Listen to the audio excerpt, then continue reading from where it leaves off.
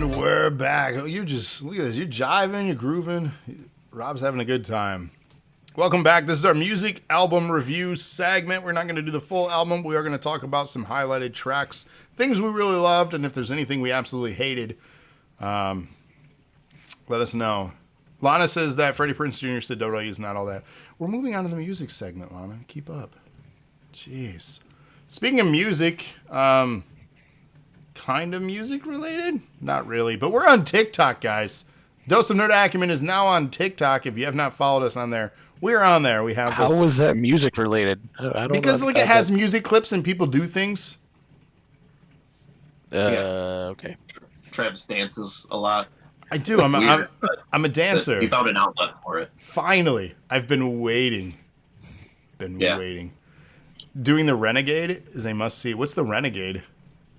Is that a new craze? I don't know. Is that what all the kids are into these days? I'm old, guys. It's a Fortnite. See, I don't play Fortnite, so excuse me. I know that's what a lot of the... He refuses. What's a Fortnite? Oh, come on. You know what Fortnite is. Everybody knows what Fortnite is. Doesn't mean you play it or like it, but you know what it is. 2 weeks. It's true. So... this is a segment that Justin and I have been doing for almost a year now on our own podcast where we discuss music with you. We've condensed it into this show where we're going to not go track by track and instead highlight things that we really enjoy and even maybe highlighting our extensive or lack thereof history with such band. The band that we're talking about. Over. I did not. Oh, there it goes. Yes. Thank you. The band that we're talking about here is Volbeat. And I started thinking about this. I'm like, okay, I've been listening to this band for a little while. And then I realized, okay, 13 years, a little while. I got to see them open up for Metallica in Grand Rapids. It was one of the first times I kind of was enlightened to their music. And I was like, holy crap, these guys are awesome. I don't know if it was just live or me being excited to see Metallica finally. But that show was just incredible. Maybe both. But I was like... great mood. I was in the mood to discover new bands and just get hyped for a show. And I checked them out after, and I'd realized they had a few albums out already. They just weren't popular in the States yet. This was one of their first kind of big outings because they were influenced by Metallica too. So they got invited for this tour for Death Magnetic, to put that timestamp on the timeline of this. I believe they're a Finnish act from Finland. Correct me if I'm wrong. They were featured in Scandinavian. I know it's is it Scandinavian? up there somewhere. They were featured in Scandinavia. I think it was Halloween or Halloween 2 by Rob Zombie. They were the band that's playing where the parents are like having their dance party or like party at. They were the band that plays on stage in the background at the show that they go to. Weren't they in one of the Guitar Heroes or Rock Band too? That I don't know. They might have been featured in a Rock Band or Guitar Hero game. That I don't know. They were featured as walkout music for some fighters in the UFC as well, and then various other things. They're a Danish rock band, to confirm. I have in my notes. Danish. Okay. So, correction.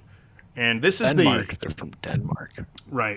This is their 8th studio album. It's called Servant of the Mind. The album was released December 3rd, 2021 through Vertigo, Republic, and Universal Records. And it has 4 singles available today on the radio. So who would like to go first? Let me ask you, did all of us get a chance to listen to this album? I did not. You did not, okay. I did. So I can contribute. All right.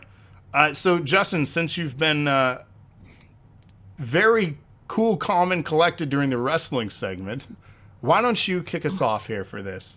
Are there... things that you really enjoyed, tracks you really liked? Is there stuff you hated? What's your history? Enlighten us. Yeah, so my history with this band is nothing. I've heard of them. It's definitely a band I've heard of, but I was not at all familiar with their music. But I mean, I did give them a good listen as far as this album goes.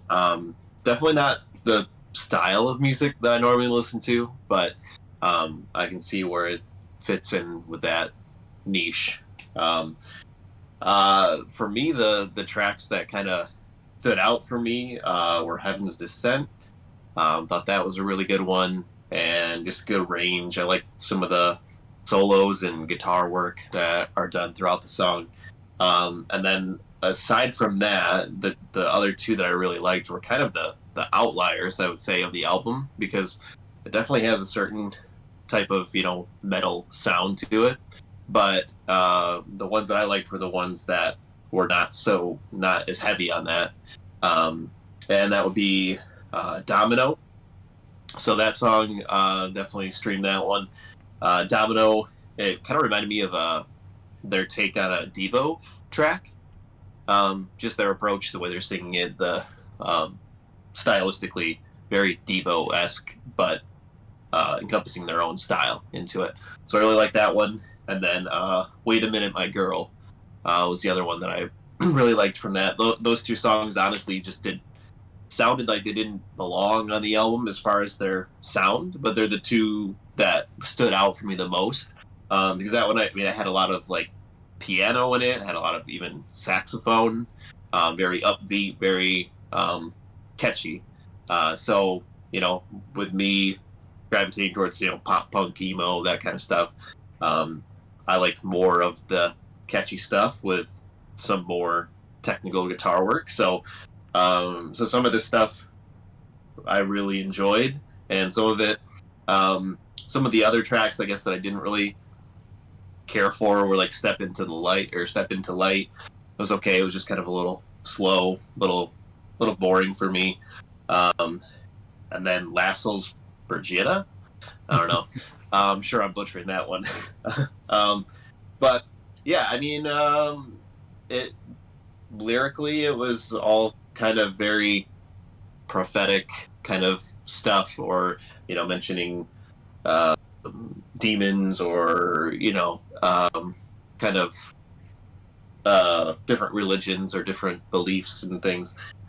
So it's not something that I am particularly into, but as far as the top two tracks, though, I mean, I would definitely play again and again the Domino song and Wait a Minute, My Girl. But yeah, for me, not knowing much, I mean, I can see why people like this band, but not my particular style. So the Domino track, I don't know if it was a cover or a reimagining or inspired by, but it was a Roy Orbison song. So I don't know if you're familiar. Classic, which fits if you're familiar with this band is inspired by. So this band has a lot of influence of that time period, 50s, 60s. A lot of the stuff, like a metal rockabilly is what they try to call themselves. Yeah, so very, very much metal rockabilly. They love Johnny Cash, very inspired. You can tell. They love Elvis, very inspired. You could tell, and it shows in their work. But it's also infused with a Metallica, which is another band they really enjoy, and metal styling. Lyrically, again, is definitely this band's weakness. It's not one of their strengths, and that's not necessarily a bad thing. Sometimes. You mentioned you're not into demons? Like, I feel like I don't know you anymore. No, not anymore. Okay. Because, like classic Justin, you were the Satanist through and through. Yeah. Dark days. Yeah. That makes sense. Man. Let the man progress in his life, Trav. No, it's okay. Fine. It's just amazing seeing this change in him. I know. It was good 6 years ago. You should have brought up this band, and I would have been. I should have. I knew it was a phase. I knew it. You blew it. I did. But yeah. But yeah, I just want to say that about the Domino one, and the single. One of the 4 singles currently is "Wait a Minute, My Girl," which is the one that you mentioned. Which, again, understandably, we've talked in the past why songs tend to stand out is because maybe they put more emphasis or gear it towards radio play, right, to get you to buy the album. So it makes sense why that's a standout. Do you like Lordy? Is it Lordy? Lordy? Lord? Talking about the artist? Yeah, that was a question in chat to you. For me? Yeah, they're okay. I haven't really listened to like a full album. I've heard just the singles. So, nothing I ever thought to look into more. Okay. And Chad is also mentioning Cody attacking his taco, which that can be interpreted so many ways right now. I'm so hungry. How many have you eaten during this show? I only ate 2 and then I stopped for the entire show. And now I got. You 2 mean you more had to go. tacos sitting in front of you that whole time, and I like did, that's and I could amazing smell self-control. 'em. I could That's smell 'em. amazing self-control. I was just grabbing my Baja Blast and sipping on it. I didn't want to ask until the end of the show. I wanted to see if anyone was keeping count because you've just been munching on and off throughout the show, which is fine. I'll finish all 12 right now. I mean, go for it.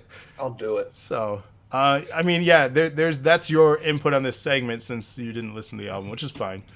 Ty says, I looked around at Grav and Ira, and then I looked back at Cody and he got close to the screen, and you got spooked. Cody's just in his own world. He's just doing his own thing. That's not obnoxious. Jesus. Right. Just maybe mutiny. Good God. Lord. Yeah. So, I mean, overall, do you think you'll listen to their other work is really my question for you. Maybe.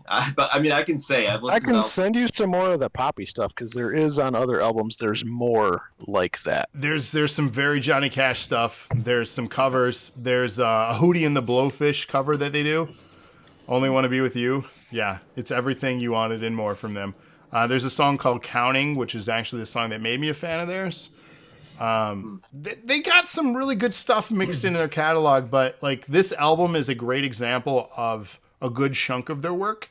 So like if you're not really into this, you're going to have to really scan and filter through a lot of their work because this is a good example of what their sound and style is. They've changed it up. Like their last album was a little different. They went back to their roots, if you will, on this one. Lana is encouraging this one's you not to definitely do it. more heavy. Like this, there's a lot on this one that's their heavier stuff.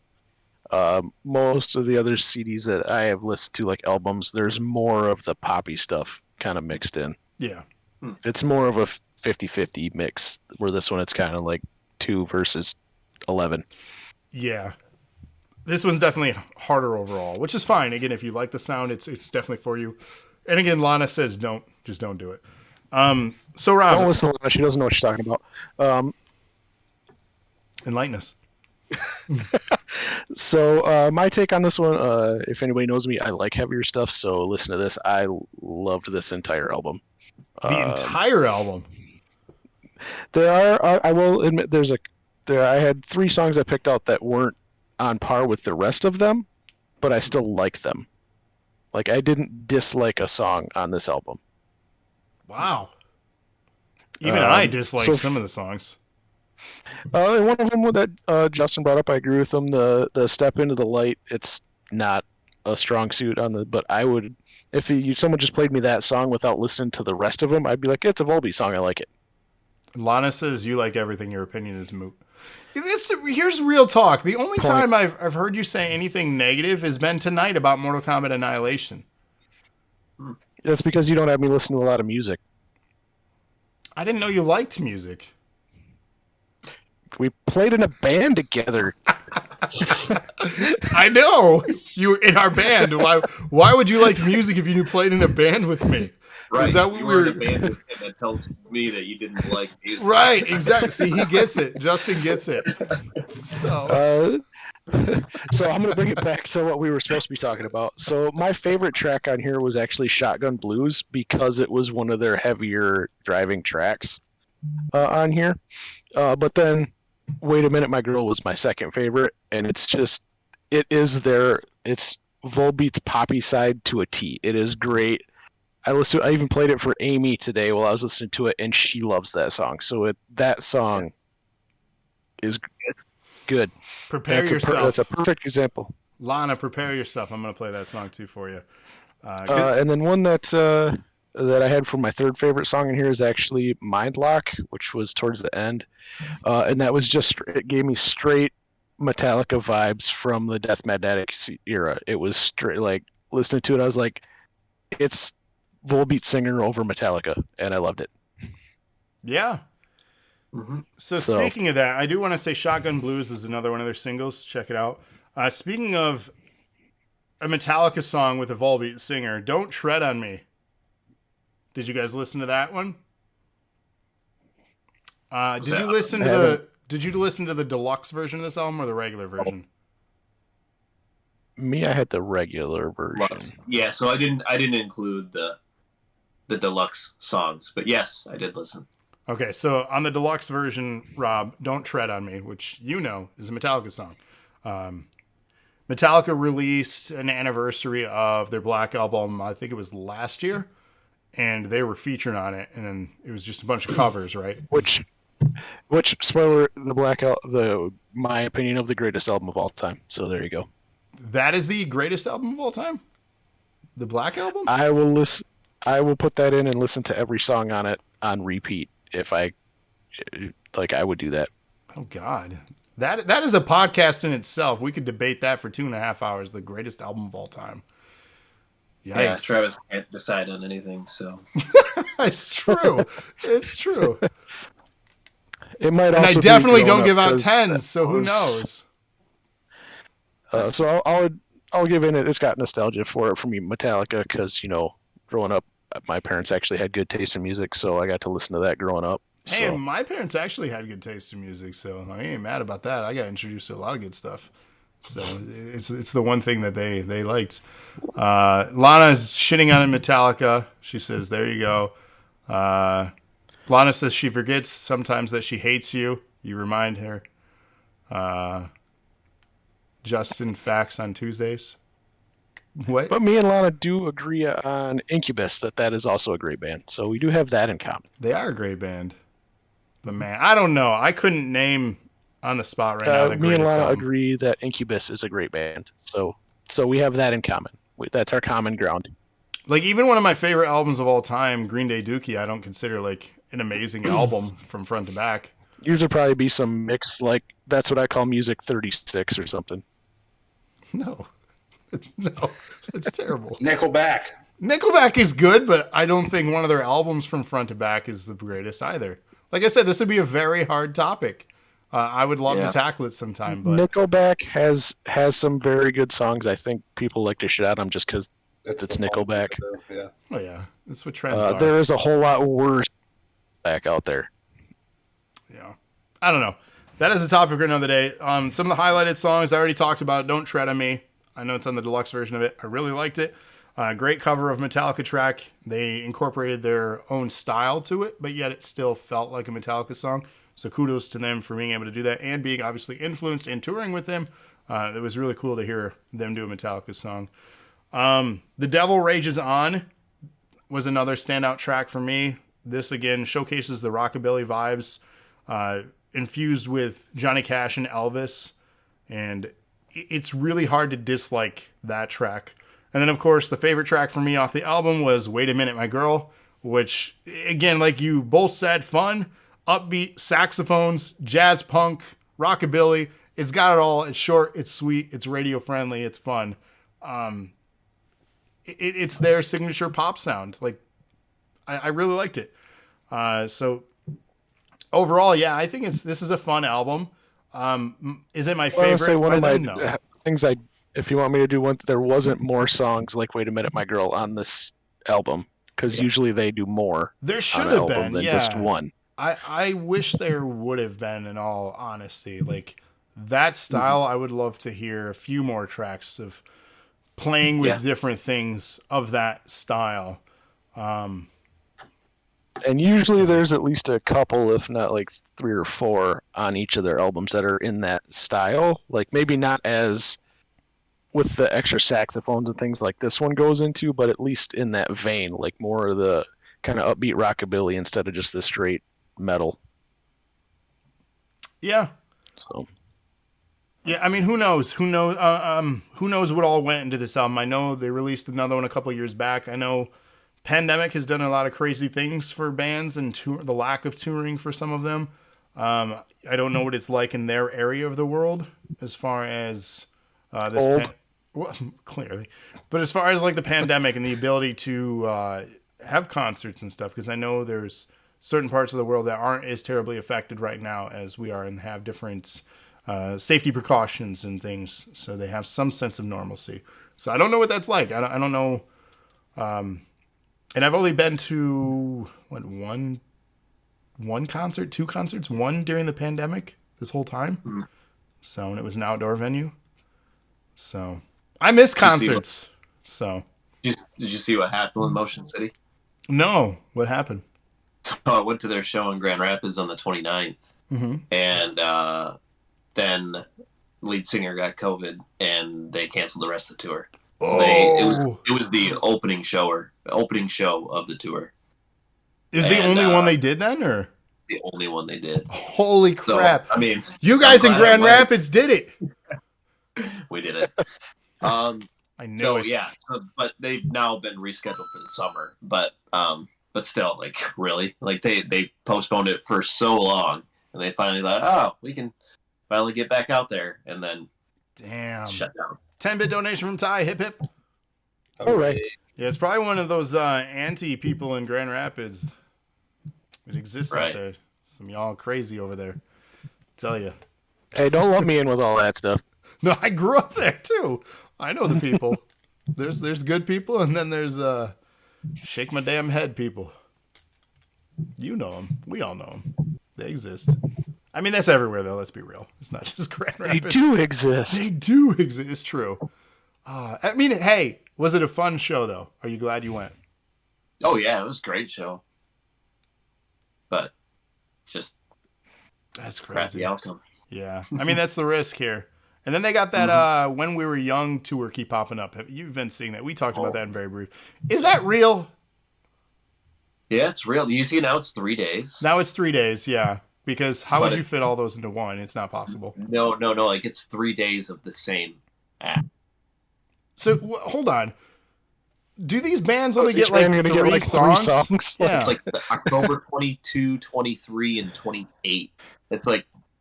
But why? It's all over the place. Because they sold out so many tickets the first day. They're like, people really want to see this. Yeah, everyone wants to see that, of course. But not all in one day. So even with now it's like, oh, great, they added extra days. Oh, but they're separate tickets. And they're... and who knows how many of these bands are actually going to show go up through. Right. Yeah. Yeah, because I've been seeing a bunch of bands on social media pop up. Oh, look, we're playing a show. Well, that's not marketing. You don't say, oh, look, we're playing. Yeah. I know All American Rejects was one of them. Where have they been? They haven't done anything in like 8 years. Right. That's crazy. Man, would I love to see that show? Hell yeah, I would love to see that show. Yeah. But that I just don't feel it's an appropriate... standing around with that many other people that would love to see that show right now. It's not even about the people. It's about how can you properly showcase all of these acts in a venue and have it function. Like this is bigger and more stacked than a Warped Tour or any other festival I've ever seen as far as nostalgia acts. Did you see the people that did the math? No. So it was like... It basically came down to 33 minutes per band with no teardown or setup in between. See, that's not possible. There's no way. No. So they're going to play like 2 or 3 radio hits and they're going to have a rotating stage. To a Warped Tour where it was like every crowd would be like, we want to go to this stage. Okay, next it's this band. And the whole crowd just moves to different stages. But it doesn't work like that. There's at least like 14, 15 plus stages at a Warped Tour. This had what, less than 3? 3. Yeah, that's not possible. I've been to so many concerts in my life. The wait between acts is easily 40 minutes sometimes in some of these. Yeah. And like, what's the point of sound check and pre-setting up equipment if it still takes you 40 minutes for the next band to go on? Why in 2022 are we waiting 40 minutes between bands? Unacceptable. That's all right. They won't have to change drum sets because Travis Barker will be playing drums for everybody, so it's fine. He basically plays drums for half those people on that tour now. You're not wrong. Jesus. Lana says, isn't this put out by Fire Festival people? She says it's going to be a dumpster fire, and then she misspelled fire intentionally. Yeah, I was going to say, not those people, but it is by the people who did the Astroworld, so... Oh, God, yeah. Yeah, see, I don't know. It's funny to me too, because like this appeals to our generation of the bands that we grew up with, yet the people that are going to be there are like our kids, not our kids, but like, you know what I mean? Like teenagers. Yeah, like I would say it'd be half and half. It's just wild. Because I mean, most of those kids don't have the income to No, they get don't. a $100 ticket for one day in Vegas. Yeah, and that's the other problem about this event. It's in Vegas. I wish it was somewhere else, like Chicago. That would be nice. Put that out. Like even with the Riot Fest setup, like I know they've got My Chemical Romance this year headlining. Yeah. And the original Misfits. Wow. So, but they, I mean, they have 5 separate stages, and they're all spread out. So obviously, like, you know, if there is a teardown setup time in between, there's somebody else going on another stage that you can go to in between. But with 3 stages, I just don't. Yeah, I don't see it. And the other thing is, like, how do you plot out your day? Because, like, one of the fun things, and we've been to a Warped Tour together, one of the fun things about your day is plotting out what stage you're going to go to next. You're going to miss bands. Like, who are you going to miss? Like, there are so many on the list of acts. I don't want to miss one. And if they're doing the same thing multiple days, you could plot it out and see all the bands at this stage one day, and then the second day see them all at that, and then you could theoretically nail all of them if there's only 3 stages in 3 days. You just stay committed to that stage for that day. It'll cost you $400 to $600. It would cost you a lot, and that's if they don't rotate stages themselves. If it's actually planned and properly put together. So I'm a skeptic on this. I think half the internet is a skeptic on this. The other half just threw their money at it because they're excited because nostalgia sells. People love nostalgia. Yeah. So nothing wrong with that. Nostalgia always sells. I always laughed at our parents. Remember, Rob, when we used to go to the Ionia free fairs and that stuff with your dad and... Yes, thank you. And we would laugh, like, because they would see bands that they grew up with. Like, I'm like, who are these no-names? We're now them going to wanting to see bands that were not relevant for the last 15 years. So, yeah. Not all of them, but yeah. Right, a good chunk of them, let's be real. Lana says legit thought it was fake. Yeah, it's one of those too good to be true kind of things, because every now and then these little fake things pop up advertising things we grew up with. So, it makes sense. But yeah, who knows? Maybe we'll. You said this is October. Maybe later on this year we'll talk about whatever happened with this thing, and maybe we'll go. I don't know. Doubtful, but who knows? Is DNA going to pay for us to go? I don't know. Ty keeps dropping those 10-bit donations. we might be able to go. Do a remote stream while we're there. There you go. We'll have to take Ty with us, though. He helped fund it, so that'll be a stipulation. Those fat 10-bit donos, though, those 10 cents. Gotta love them. It helps. It contributes to the channel. Lana says, no, we don't. Lana's being negative. Lana's so aggressive tonight. Why are you so aggressive? Because it's me. I think it is. She sees iRob and she just wants to punch him in the face.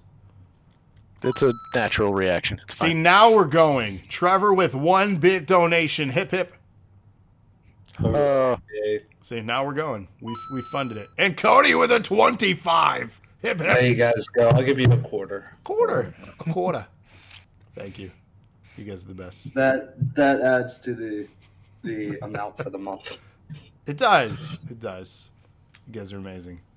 Let's go to our main segment of the show, what we're all here to talk about and reflect upon, and that was the year 2021 in gaming. Let me flip over to our last segment here, unless you guys got anything else to talk about music right now? No? Fancy. Let's flip over. 1 second.